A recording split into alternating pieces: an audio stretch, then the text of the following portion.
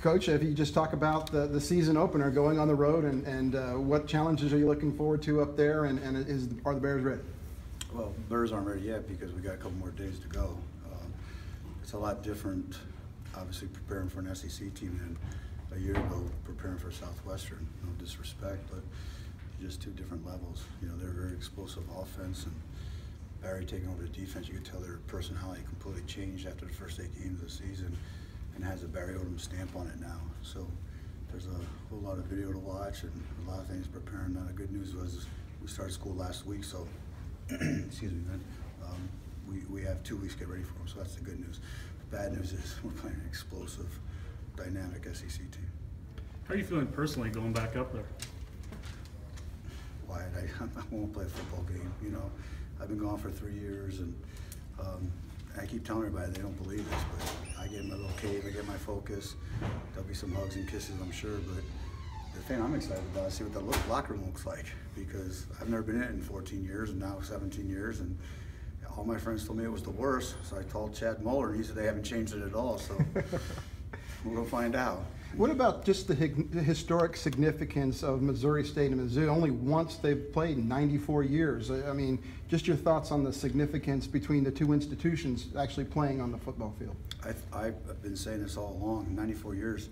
I know I'm old, I'm not even that old, but I think the great significance is the 2 schools of Missouri State and Missouri, two great schools, 2 great universities, and to play each other, I think it's phenomenal for the state, and I think it's phenomenal for the alumni base.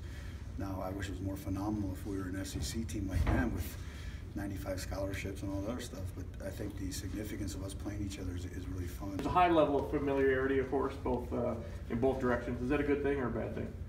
I don't know if it's anything, because you're talking, you know, coaches know each other and things of that nature, but the players play the game. So what's very important is our players studying film this week to get a familiarity with their players. Well, that's what's really important, because at the end of the day, coaches coach, but the players play.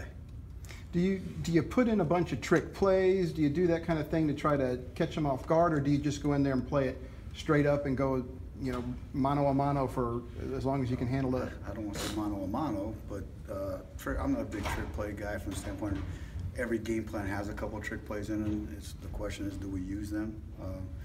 I think what's really important in the game of football is always going to come down to blocking, tackling, catching, and throwing, and all the plan to win that we always talk about. So I don't think you can go up there and trick them, and Barry's not going to be ready for any tricks. We know each other too well that way.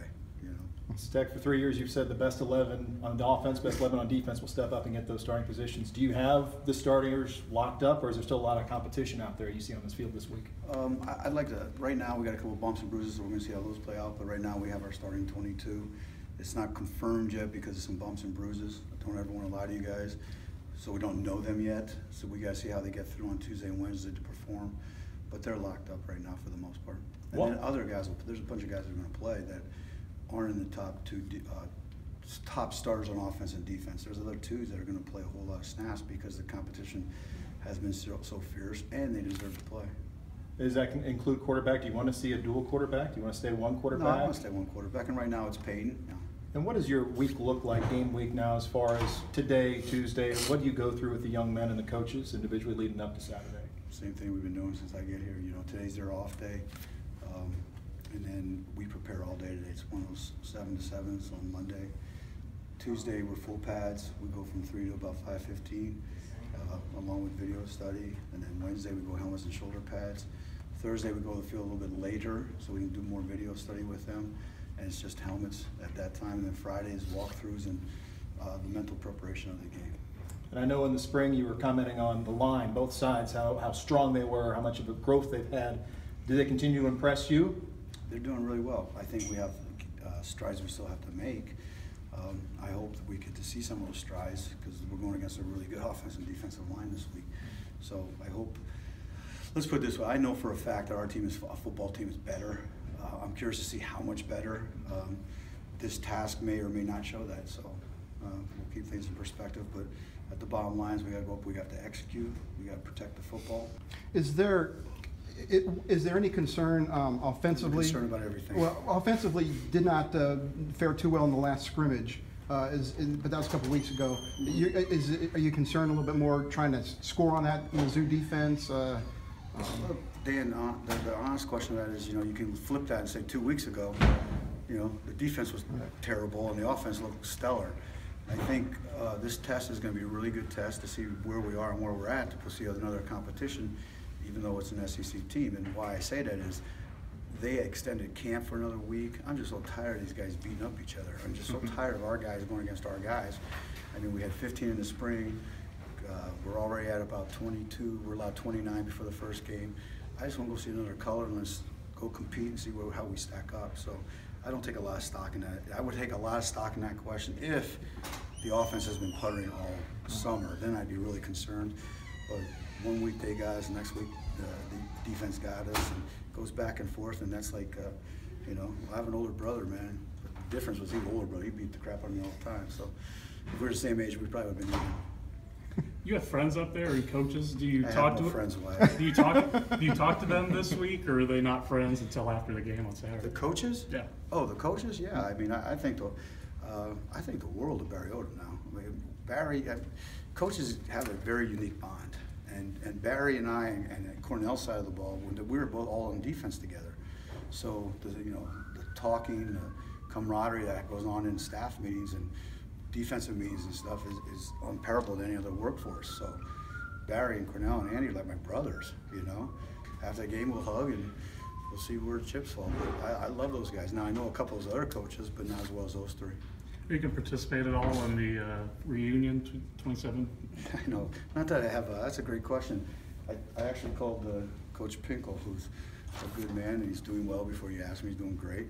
I said, not like there's enough distractions already. You want to give me that distraction too? And Coach Ray, and this is a fact, Coach Ray said, Coach, at halftime, Coach Brown's going to take us. I said, no, you're going to be working at halftime because Coach Ray was the captain of that team. Mm-hmm. So I think they're going to do something special for Jason at the beginning of the third quarter. That's not confirmed yet, but I can't get caught up in that stuff. I got to coach football.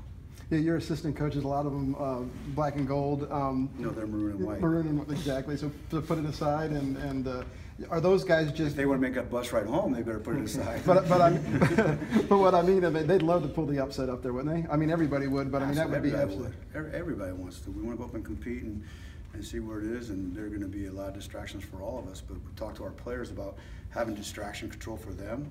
Well, then I have to epitomize that distraction control. And I'm pretty good at it, over the years. I'm not, as you can tell, I'm not really a sentimental guy.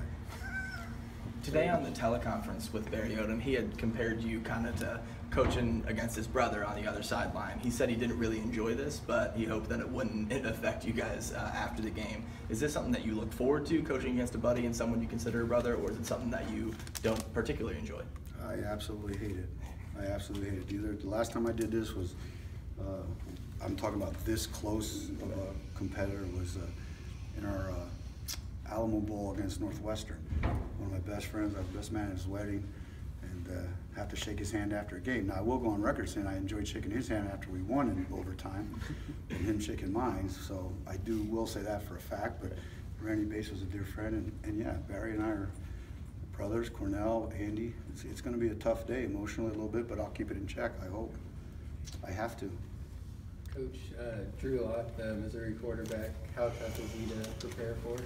Very. Drew Lock is the guy that when we were there when we were recruiting him. When I left in January, actually he signed in February, and I really believe in my heart Drew's the next lineage of the Brad Smiths, the Chase Daniels, the Blaine Gabbers. This kid's really special. He is very, very talented, and he was a little bit behind them coming out of high school only for the fact that he was a hell of an AAU basketball player. So he truly spent a lot of time on both sides of the ball. And now he's just doing all football. He is just flourishing, and his accuracy, his throwing on the run. I'm very impressed with Drew. I'm very, very impressed with him.